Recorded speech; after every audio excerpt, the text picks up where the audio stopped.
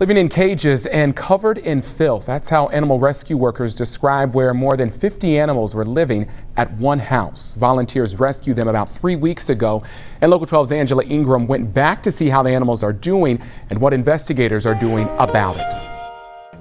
And she had a really big tumor hanging from her stomach.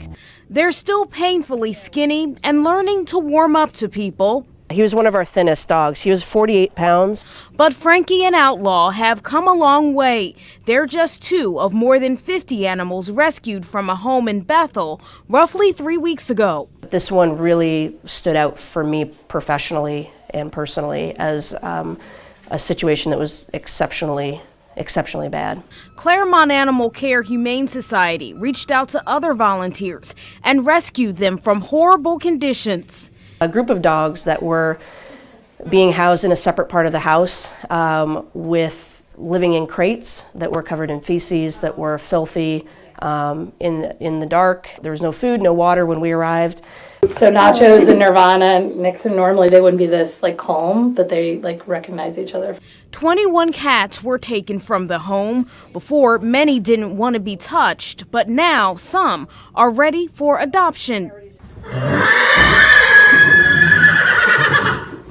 Fighting Chance Horse Rescue sent video of how traumatized some of the horses were.